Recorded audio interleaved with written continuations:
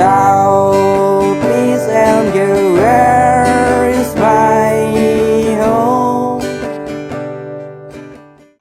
Salam sejahtera kepada kawan-kawan yang setia kepada channel Terminal Orang-Orang Biasa.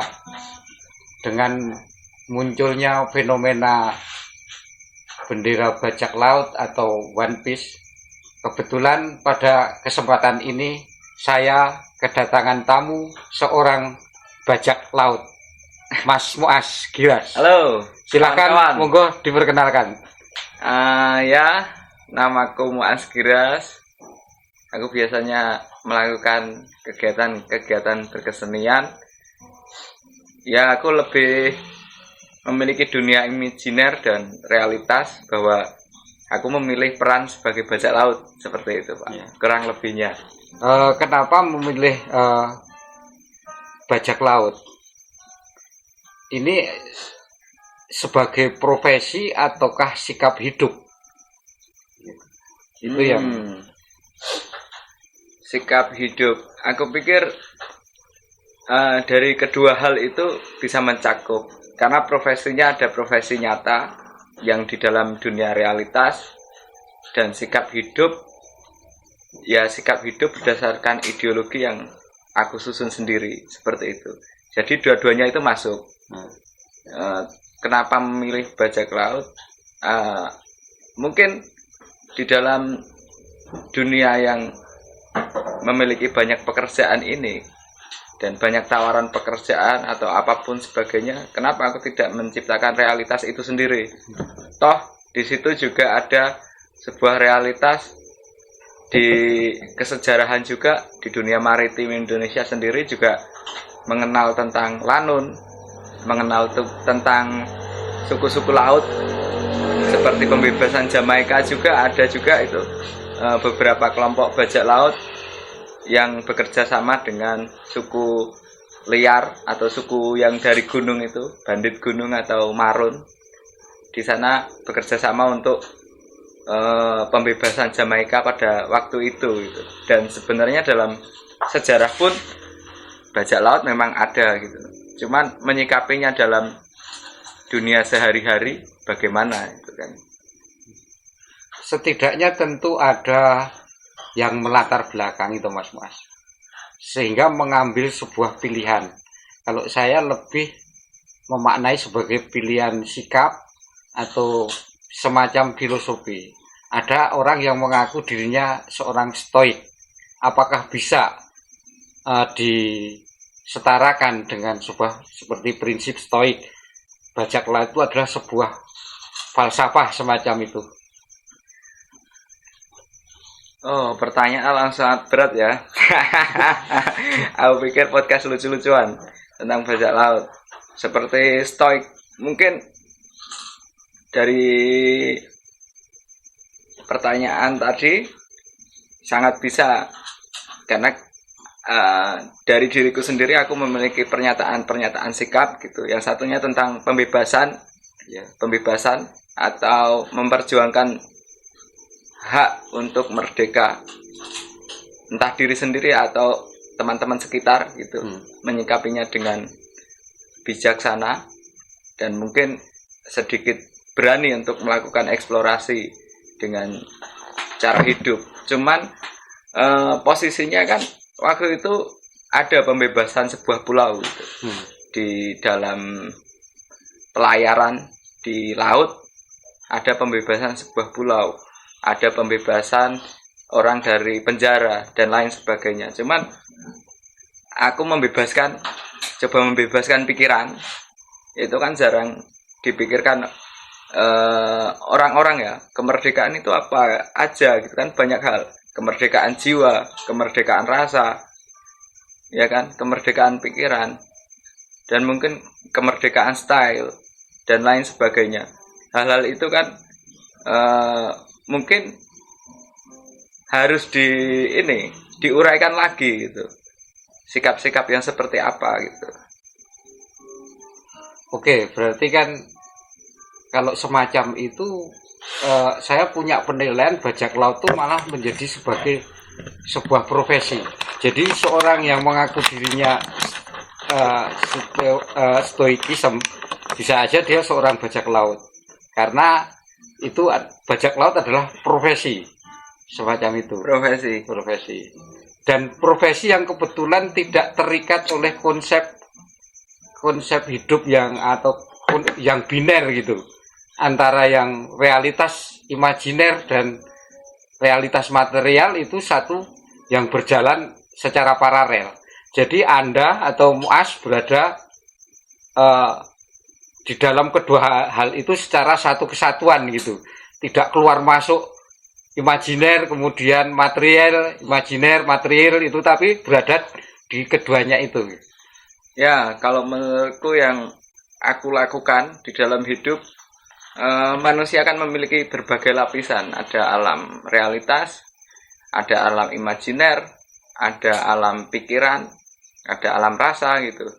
Nah, bagaimana alam-alam itu dijalankan di dalam kehidupan yang satu, yang utuh gitu. Bagaimana gitu.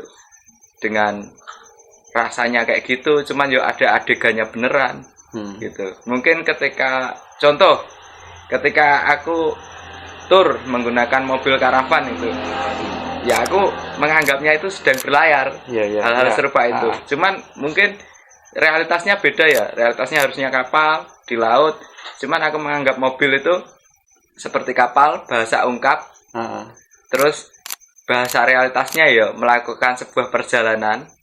Mungkin misi-misinya pembebasan, menggambar dengan anak-anak itu kan, membebaskan jiwa mereka. Terus nanti mengikuti kegiatan diskusi di berbagai daerah atau membantu teman di lingkungan sekitar seperti apa yang terjadi di situ gejolaknya gitu. Kok ini nggak bisa ya? Kenapa? Pertanyaannya. Nah, pertanyaan itu yang muncul, yang untuk kita gali. Oh, sebenarnya yang bijak itu bagaimana sih gitu. Hal-hal serupa itu, Pak. Ya, publik biasanya menangkap sesuatu yang terpanca indera, menyamakan naik berkendara dengan mobil van dengan melakukan perjalanan kapal laut itu akan dibedakan oleh kelayak gitu ya. Tapi Muas di sini tidak membedakan antara pelayaran dengan perjalanan darat. Itu sesuatu yang sama. Itu kan bicara tentang sebuah prinsip nilai gitu. Ya. Nah, tentu dari pelayaran Muas ini ada sesuatu yang sangat mengesankan. Dan di pulau mana Anda memperoleh kesan yang paling Anda nikmati, paling menggugah, paling bersemangat ketika menemukan pulau tertentu dengan problematiknya. Kemudian apa yang Muas lakukan di situ? Sebenarnya dalam pelayaran tidak melakukan hal yang ekspansif ya, dalam tanda kutip. Ya. Mencoba untuk membaur dengan lingkungan sekitar. Terus kira-kira apa sih yang relevan untuk dilakukan di sebuah daerah itu gitu. Aku pikir untuk yang paling berkesan tidak juga, karena semua tempat memiliki cerita masing-masing yang pasti kan. Memiliki cerita yang masing-masing, justru perbedaan itu yang menarik gitu. Justru perbedaan itu yang menarik, karena nggak ada titik beratnya gitu. Unjuk nek ngene iki kejadian yang kayak gini apa nggak bisa digali lebih dalam, atau yang kejadian yang biasa apa nggak bisa digali lebih dalam juga gitu. Hal-hal serupa itu yang aku pikir wah, ini sangat asik gitu. Bahkan kadang orang melihatku itu kayak gila, iki piye gitu. Wong rek menyikapi dirinya sebagai bajak laut gitu, dan kehidupannya ya kayak gini. Akhirnya orang-orang mulai sadar juga, teman-teman sekitar manggil aku kapten gitu. Kalau nggak manggil, oi bajak laut gitu. Udah akhirnya masuk ke dunia imajinasiku kan. Karena aku menjalannya secara real. Dan mereka mulai memahami bahasa simbol. Mungkin awalnya dianggap agak nggak waras atau bagaimana itu baru menggunakan dua realitas ya. Mungkin kalau udah lebih lagi mungkin bisa dianggap gila lagi gitu. Karena saya pun juga mengalami ada shock menghadapi Muas itu gitu, dengan realitas yang selama ini dipisah-pisahkan atau yang simpelnya biner tadi ke sebuah realitas yang berlapis-lapis tapi jalan secara paralel. Ya itu Pak, sebenarnya kan ya aku menganggap bahwa manusia memiliki lapisan dan kelengkapannya itu. Cuman kenapa kelengkapan itu tidak digunakan gitu. Tidak digunakan di dalam satu tubuh, tidak digunakan di dalam satu gerak, tidak digunakan di dalam hidupnya gitu. Iki kepiye ya? Jare wong lapis-lapisan, cuman kok lapisannya dipisahkan sendiri gitu. Itu kan yang menggelitik bagiku juga. Karena juga dulu kan ada juga buku kayak Don Quixote gitu, yang dia pura-pura jadi seperti pendekar pedang padahal dia orang gila naik sapu melawan kincir angin gitu kan. Cuman dia di situ ya tidak sadar mungkin atau sadar ya. Nah posisiku aku menyadari aku melakukan dua realitas itu mungkin seperti Don Quixote, tapi ketika dia menganggap dia adalah pendekar, aku menganggap diriku bajak laut gitu Pak ceritanya. Dan realitas itu seiring aku memantapkan tema hidupku sebagai bajak laut, itu banyak realitas yang mendukung gitu kan, mendukung hidupku gitu kan. Mungkin seperti kejadian waktu itu pernah aku ziarah ke makam Gesang. Itu aku mencabuti rumputnya kan. Nah ternyata lagu Gesang kan Bengawan Solo, jadi rumputnya tak jabuti, tak buang ning Bengawan Solo, tak larung gitu. Seperti menuju sebuah aliran gitu loh, seremoni itu. Tak lama kemudian aku mendengar kakekku sakit yang harus dirawat waktu Covid. Semua orang udah nggak bisa jenguk.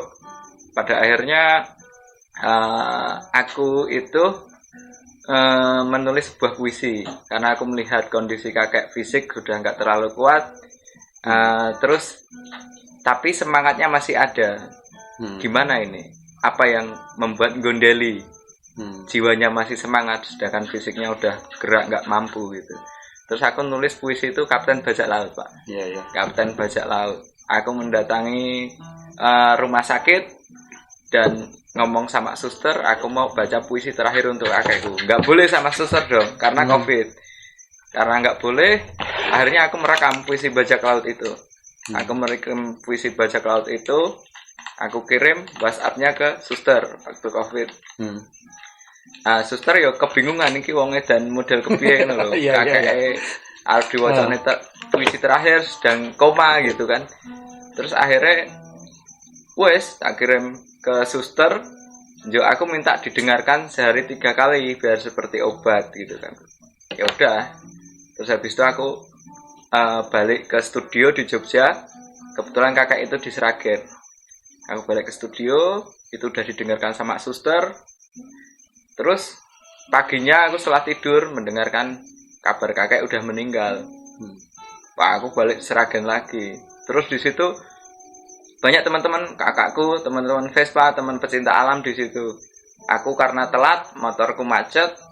Pada akhirnya aku meminta rekan-rekan yang sedang ziarahi, tak ajak, ayo maca puisi ning makam. Apa judulnya? Kapten Bajak Laut. Lah, ketawa kan.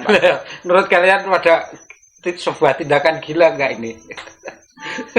Jadi pas banyak orang ziarah, aku ngomong, ayo sama teman-teman tak ajak maca puisi ning makamnya kakekku, maca puisi Bajak Laut, Kapten Bajak Laut itu. Semua orang tertawa. Iki apa sih gak jelas gak diwacane asin apa kepiye ngono kan.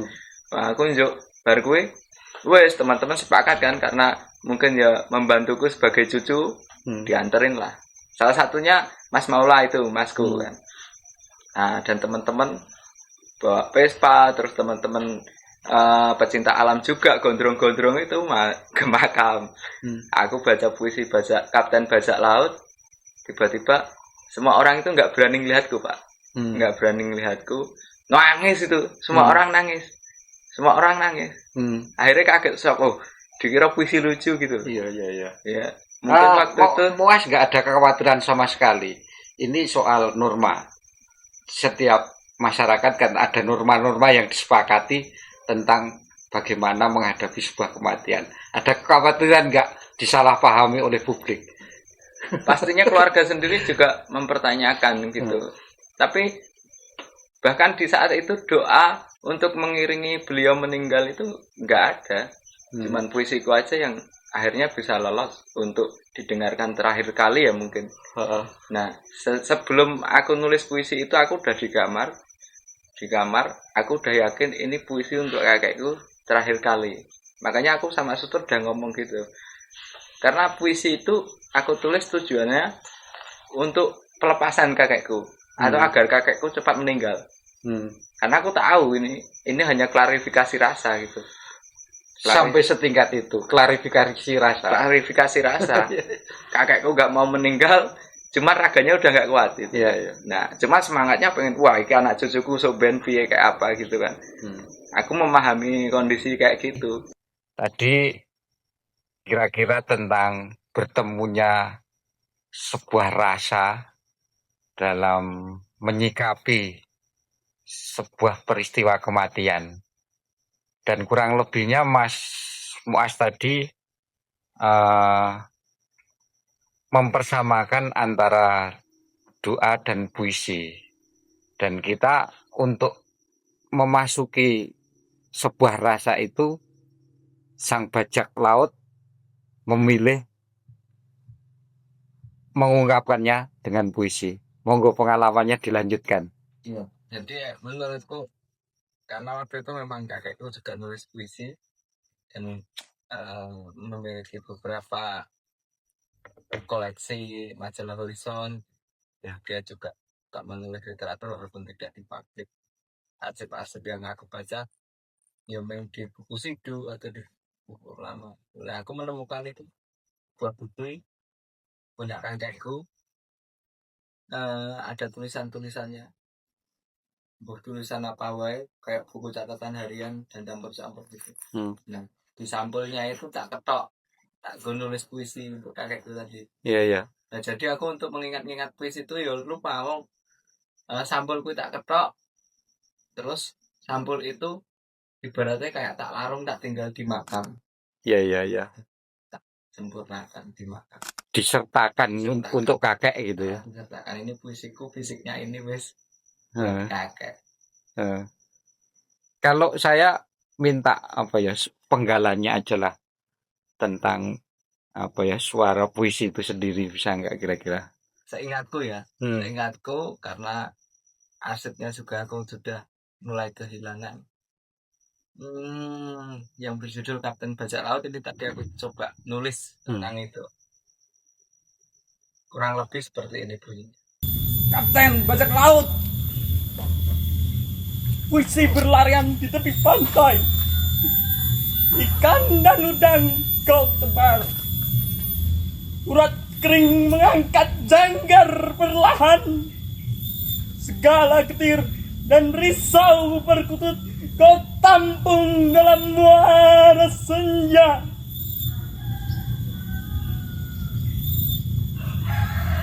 Bau asapmu menempel di seluruh bajuku. 7 angsa putih menunggumu. Angin memiri meniup layarmu. 7 musim, 7 samudra terbelah. Kapten, berlayarlah. Biar kau bangun rakitmu, walau tak seindah perahumu. Bertemu di samudra itu, menarik simpulnya.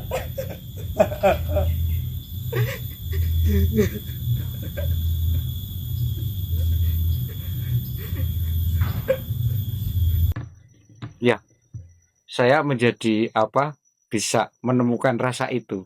Ini soal pembebasan gitu ya, kurang lebihnya itu. Ketika yang saya alami secara pribadi atau masyarakat pada umumnya menggunakan doa-doa tertentu, syariat tertentu, yang intinya itu juga sebuah pembebasan, dan dari puisi Mas tadi saya merasakan itu. Gitu. Ini hanya satu pengalaman dengan kakek. Mungkin masih ada pengalaman-pengalaman lain yang model seperti ini. Di dalam perjalananmu atau di dalam pelayaranmu berikutnya itu. Masih ada yang pengen diceritakan gitu. Soalnya ini asik ini. Ya, membawakan puisi ini menurutku cukup sakral ya bagiku sendiri, karena aku terbawa lagi energinya, jadi membuat aku mengingat dan mengenang, ya menyadari keadaannya lagi, kehadirannya lagi. Tapi setelah itu memang aku ada beberapa, tapi ini ada realitas ya. Mungkin orang akan mengatakan halu, saya merasakan kakekmu hadir. Ini ada kegilaan ya. Kita memang podcast ini mungkin dirancang untuk gila bareng. makanya aku langsung baca ini langsung nyetrum. Aku sendiri nyetrum. Nah, hal-hal serupa itu yang aku maksud, temu rasa di situ. Temu rasa ya. Temu rasa dengan cara kita lah ya, dengan cara kita pribadi masing-masing punya caranya, yang dengan berdoa ya monggo, dengan caranya, dengan agama masing-masing juga bisa ketemu rasanya, dengan Jawanya, dengan Sundanya, dengan kesukuannya, yang lain-lain kan banyak. Cuman aku dengan caraku sendiri seperti ini gitu kebetulan. Terus waktu itu juga ada, aku nggak tahu perjumpaanku dengan Pak Umbu gitu. Dan aku lagi tur itu naik Gunung Rinjani, di sana aku dijak temanku namanya Mas Heri, orang Surabaya. Dia kebetulan sebenarnya Pak Umbu waktu itu. Sebentar saya potong, maaf Mas.